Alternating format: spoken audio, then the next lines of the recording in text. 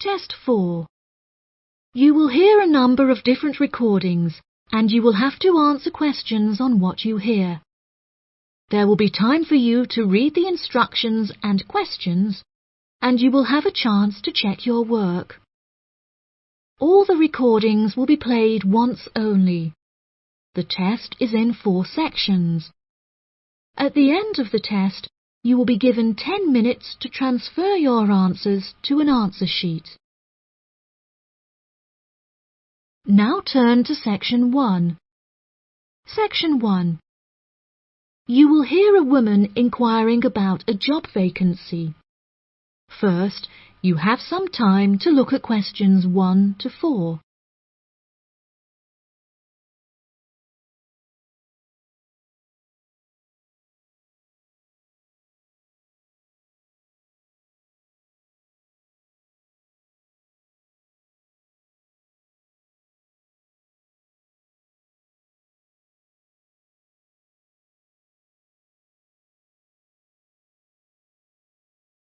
You will see that there is an example that has been done for you. On this occasion only, the conversation relating to this will be played first. Hi there. Welcome to the Job Centre. How can I help? Good morning. I'm here to inquire as to whether you have any jobs available at the moment. Yes, we have several available. What kind of job is it that you're looking for? Well, I'll take any part-time jobs I can get. I'm really strapped for cash at the moment. The type of work the woman is looking for is a part-time job, so part-time has been written in the space. Now we shall begin. You should answer the questions as you listen, because you will not hear the recording a second time. Listen carefully and answer questions 1 to 4. Hi there. Welcome to the Job Centre. How can I help? Good morning. I'm here to inquire as to whether you have any jobs available at the moment. Yes, we have several available. What kind of job is it that you're looking for? Well, I'll take any part-time jobs I can get. I'm really strapped for cash at the moment. OK. Bear with me while I have a browse on our system. Here we are. We have 3 vacancies at the moment, all involving quite different roles. That sounds promising. What are they? The first one is for a post as a receptionist. It says here that experience in reception or general administration is preferred, but not essential. Have you worked on a reception desk previously? No, I haven't. I had a baby quite young, and so I have very little work experience. Could you tell me a few more details? Yes, of course. The job will be to mainly provide quality customer service, both over the phone and in person. When customers are waiting, you will be expected to provide them with refreshments and ensure they have a first-rate experience. I think I could manage that, and I'm a very friendly person. That's great. Do you have any information about the hours involved? It says here that you will be expected to work several early mornings, 4 days a week. Any other requirements? Yeah, you'll have to go through a couple of weeks of unpaid training before qualifying for the post. I don't know if I would be able to fully commit to that. Did you say it's 4 days per week? Yeah, it says here 4 days a week, with another day off per week when requested in advance. It also explicitly states that at least one of your working days must fall on a weekend. I'll have to think about that and talk to my babysitter. Before you hear the rest of the conversation, you have some time to look at questions 5 to 10.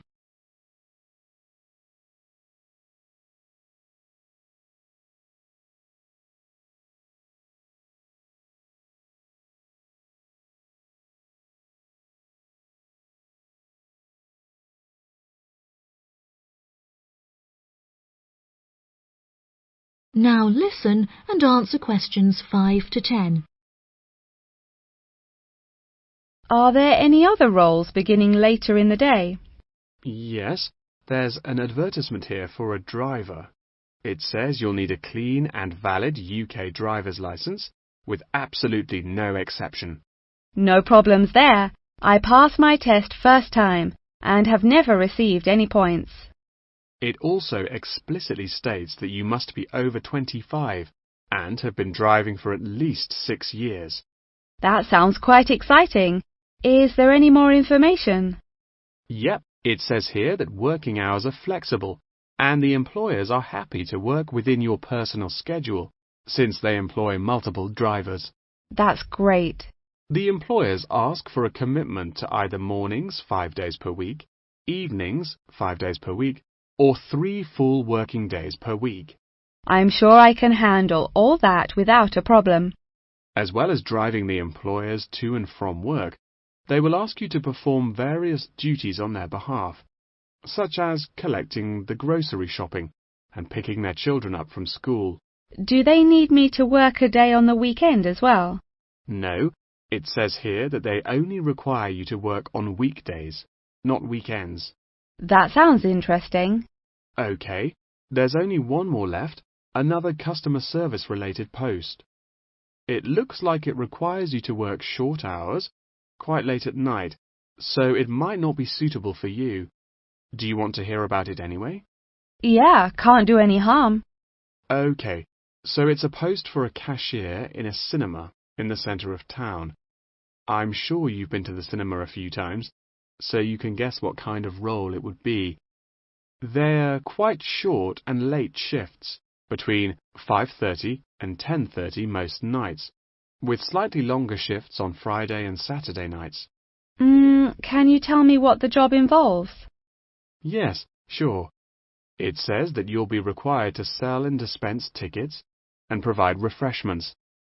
Also, they ask that you be quick on the computers, since you'll also need to take bookings over the phone, but you'll receive basic training for that. Do they need me to work weekdays as well?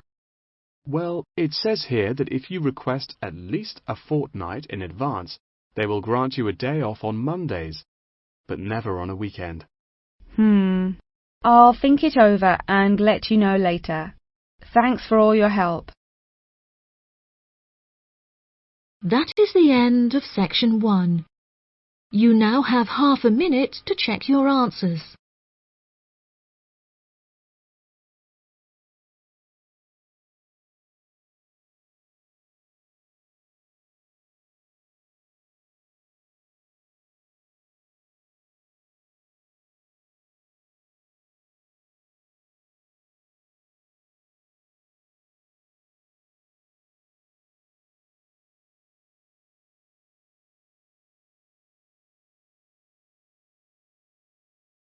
Now turn to section 2. Section 2.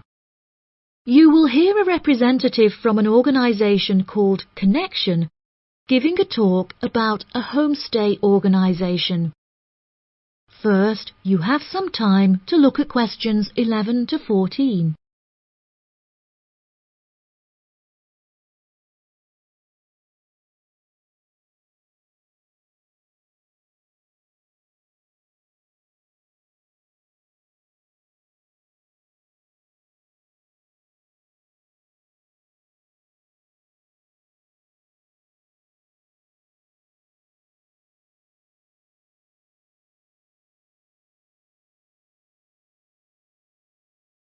Now listen carefully and answer questions 11 to 14. Thank you all for coming to my talk this evening. It's nice to see so many people in the audience. For those of you who don't know very much about Connection, let me start by giving you some background information about it. Connection is a British organisation that facilitates homestays all over the globe. This organisation prides itself on matching tens of thousands of host families with guests every single year, allowing travellers to discover a country's culture in a way like no other.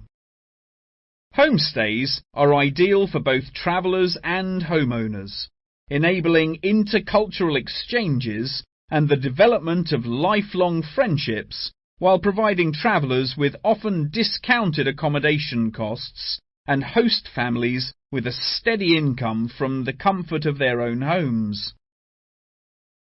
The homestay experience is particularly popular with university exchange students looking for a more genuine insight into their country of choice and an unrivaled opportunity to develop their language skills.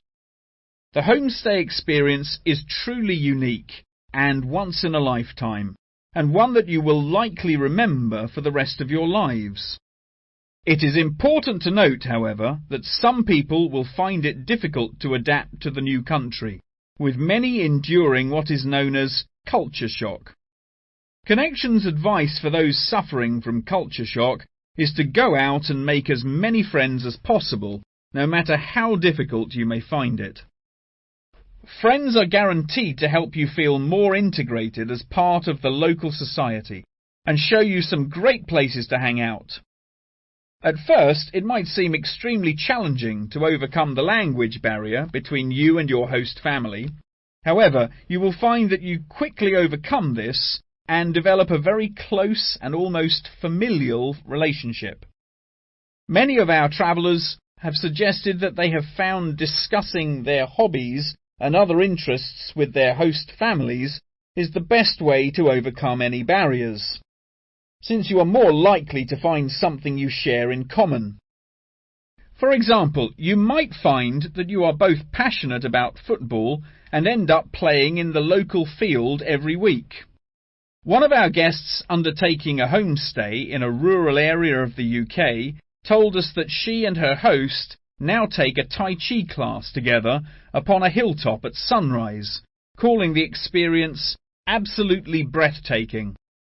After the first few weeks, you will find your understanding of the people around you and their culture deepens by leaps and bounds, and you will soon become one of the locals. Our hosts in over 140 countries turn a location into a culture, time into experience, and strangers into friends. Before you hear the rest of the talk, you have some time to look at questions 15 to 20.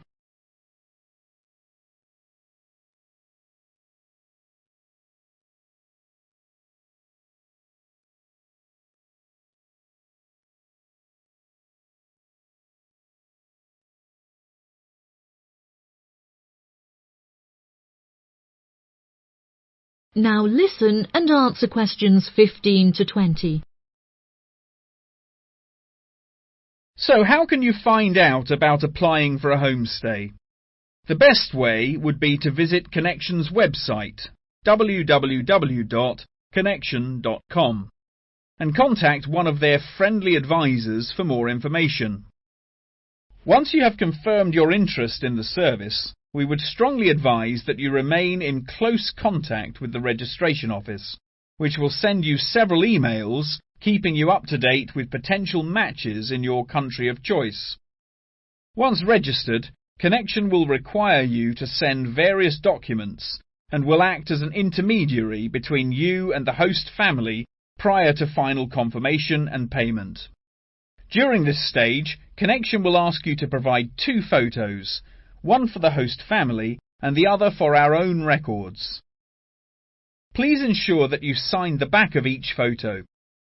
Due to the nature of the service Connection provides, security is an absolute must, and they will ask you to send in photocopies of your passport, birth certificate, and a bank statement as confirmation of your identity. On receipt of these documents, the official process will begin and your bank account will be debited for the initial deposit of £200. If you haven't received any acknowledgement confirming receipt of these documents from us within 7 working days, please contact the main office. As I mentioned before, due to the nature of the organisation, Connection operates a meticulous screening process, and all applicants will undergo an interview in our head office in London, with exceptions made in extreme circumstances. After your interview, it may take us several weeks to carry out the decision process, so please be patient with us. If you would like a fast-track service, please indicate this on your application, and we will notify you of the additional charges. Finally, once we have come to a result about your application, you will receive a decision in the post. If you do not receive an offer of placement, we will refund your deposit within 7 working days. That is the end of section 2. You now have half a minute to check your answers.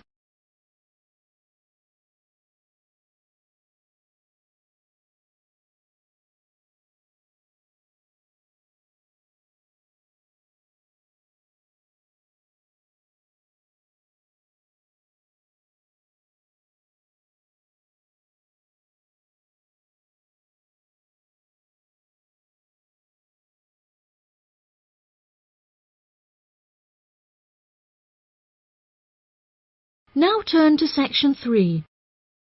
Section 3.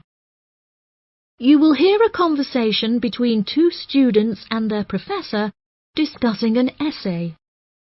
First, you have some time to look at questions 21 to 26.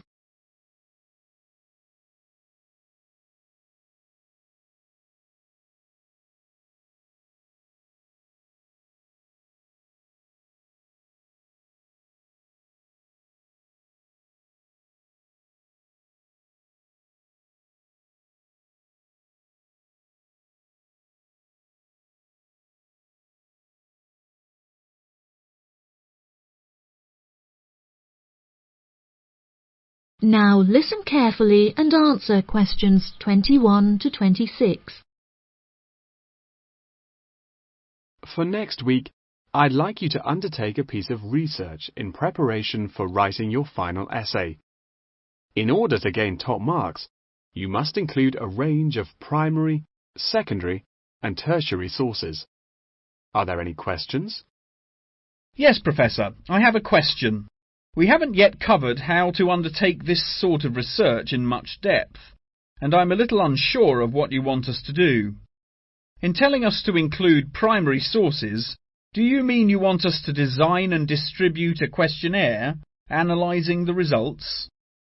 You could design a questionnaire, but you'll soon find that distributing a questionnaire on such a large scale is somewhat troublesome. We couldn't possibly expect you to do it effectively as an individual university student without the necessary resources. No, ideally, I would like you to form 1 or 2 focus groups and interview them. This will provide you with a more qualitative approach. If your strengths lie in mathematics, please by all means take a more quantitative approach, but this will be more strenuous and time-consuming, and isn't entirely necessary for the purpose of this study. Professor, you haven't told us what our project is about. Do we get to choose our own topic based on the previous study? No, I'm afraid not. This will be a strictly Australian study. However, you can choose which angle you'd like to take, so long as it remains within the realm of anthropology. Does anyone have any questions specifically about the formation of the focus groups? I'd had several emails about this, and I'd like to address it now. My study is related to growing up in Australia, and the question of nature versus nurture. I've gathered more than 200 school children who would be happy to participate in a focus group. Do you think we'll need to include that many participants in a focus group? Blimey, Douglas, well done for finding that many willing children. But you definitely don't need that many for the study you're going to undertake. I'd say you need no more than 5 children per group, and no more than 3 groups, so 15 children altogether. You definitely need to control the group size in order to generate a meaningful dialogue. OK, if it's useful, I'll try and do it. I appreciate your enthusiasm for the project, but there are plenty of different ways to gather data. And I'm sure that if you look hard enough, you'll find someone who has conducted almost the exact same research in the past. My advice for you is don't be too ambitious and try to include as much information about various people or sectors. For those who haven't ever collected original data before, what do you suggest we do? I would suggest that you read accounts from other people who have undertaken such research to see what advice they can give. I would also encourage you to read Chapter 8 in the course textbook, which should give you a good introduction to collecting data. Moreover, you should try to practice using the data table provided in your course handbook. By now, you should have read at least 6 or 7 books giving quite detailed instruction on how to go about collecting data. Professor, I don't know about everyone else, but I'm having trouble reading the books. I had a really big assignment for another course, and I've been spending all my time on that. Jane, have you read all the books the professor mentioned? Well, my trouble is getting hold of the books. I've been to the library several times, but all the books are out. Sounds like you should have started borrowing books a bit earlier. Yes, I should have. But I got several ones from my friend a couple of days ago. I just skimmed through them and don't remember a lot of the information. Before you hear the rest of the conversation, you have some time to look at questions 27 to 30.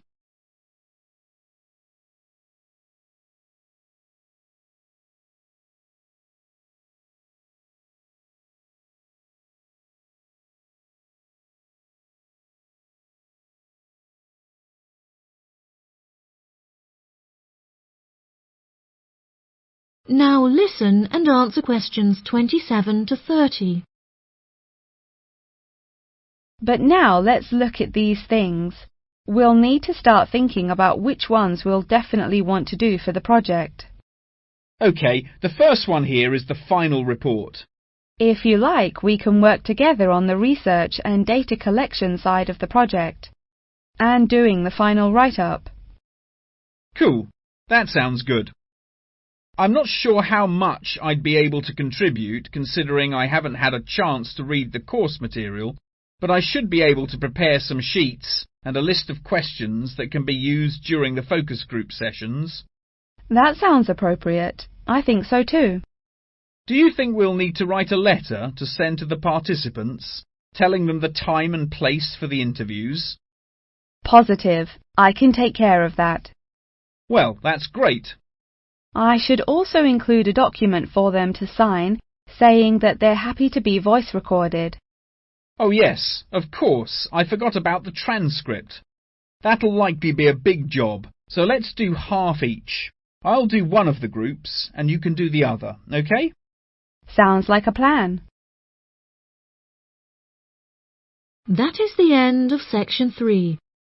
You now have half a minute to check your answers.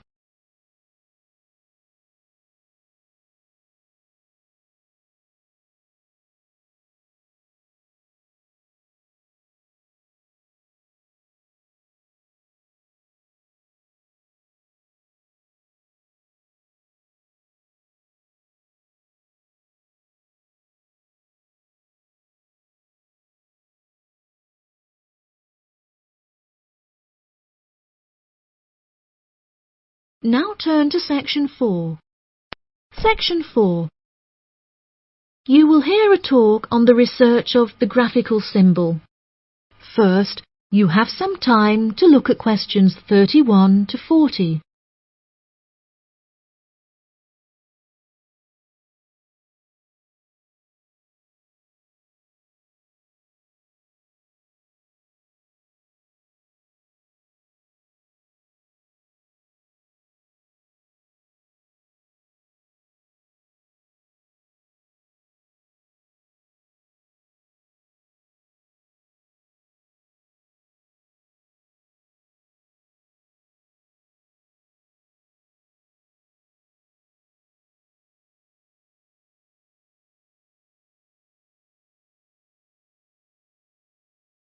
Now listen carefully and answer questions 31 to 40. Good morning, everyone. Today I'm going to talk about the graphical symbol. A graphic symbol is a written symbol that is used to represent speech. such as those used in the Greek alphabet. The term graphic symbol encompasses anything from the logographs used in Egyptian hieroglyphic writing to ancient Chinese pictograms. Early symbols were based on pictographs and ideograms before they were developed into logographic writing systems. These systems are still in use in some non-literate cultures in Africa, the Americas, and Oceania. Indeed, elements of pictography are still found in modern Chinese characters, and it is often an interesting exercise to trace the origins of some Chinese characters. Pictographs remain in common commercial use today as signs, instructions, or statistical diagrams. Road signs and public toilet signs, and even flat pack assembly instructions utilizing pictures, are considered pictographic. Ancient graphic writing systems provide researchers with a wealth of knowledge about past civilizations.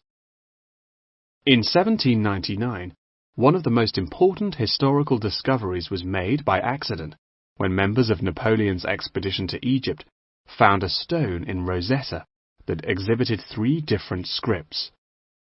The stone, now known as the Rosetta Stone, was studied in significant depth by scholars and was first deciphered by Frenchman Jean-François Champollion in 1822. He was able to correctly determine the phonetic values of the symbols, and later research has confirmed his findings. In many of these symbols, lines are used to portray a multitude of meanings, and knowledge and understanding of these lines holds the key to comprehension of graphic writing systems. A key moment in the history of communication was the invention of the camera obscura, or camera. Although the concept can be traced back to the 5th century BC Chinese philosopher Mo Ti, the first photographic image was ultimately created in 1826 by Joseph Nicephore Nicef. Photography, as it was later known, enables researchers to piece together and better understand history. Today, photography forms a huge part of everyday life, and most publications contain a vast number of photographs. Photography is used in advertising and is now becoming a way to increase awareness of existing world issues. For example, animal welfare charities are increasingly using photography to advertise animals that are at high risk of endangerment. Charity workers are sometimes flown to far-flung locations to document the suffering endured by high-risk animals in an attempt to raise human awareness of their consumption activities and how they impact others. One recent high-profile campaign was undertaken by attaching a camera to the foot of a bird in order to obtain photographs of the animals in their natural habitats and understand how often they come into contact with human waste. A soon-to-be-released documentary about the suffering of animals on Midway Island shows the full extent to which human consumption is harming animals thousands of miles away from us.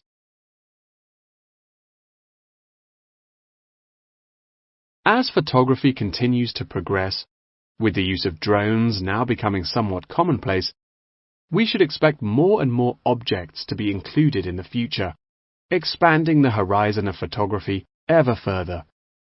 Indeed, the downward pressure on traditional media prices means that media companies are being forced to get creative on how to make a profit. Many have found that the answer to this lies in advertising, and companies are now willing to devote a large portion of their budgets to advertising in newspapers. By the same token, marketing has become an essential part of a company's business model, often meaning the success or failure of a company. As a result, much time and money has been pumped into the development of effective branding, with attractive packaging playing a large role in this. However, many governments are now seen to be cracking down on marketing and packaging in an attempt to protect consumers from being misled. In particular, tobacco companies are now subject to ever-increasing regulation. For example, In the United Kingdom, legislation is soon to pass preventing any form of branding or differentiation on cigarette packaging in efforts to curb the harmful effects of smoking. Finally, one must not forget the fundamental role that graphic writing systems have had to play in mathematics. Graphs, icons, and diagrams often form the very basis of these branches of academia. Indeed, one needs to look no further than chemistry's periodic table to see a perfect example of graphic writing systems in use today. That is the end of section 4. You now have half a minute to check your answers.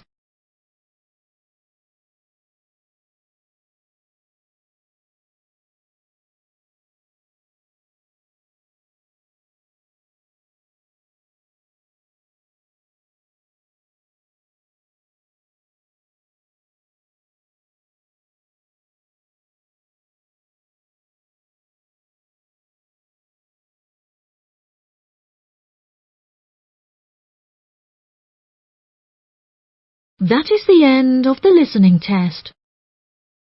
In the Ielts test, you will now have 10 minutes to transfer your answers to the answer sheet. Thank you for watching this video. Other latest cue cards video now available on my YouTube channel, so now please subscribe and motivation me.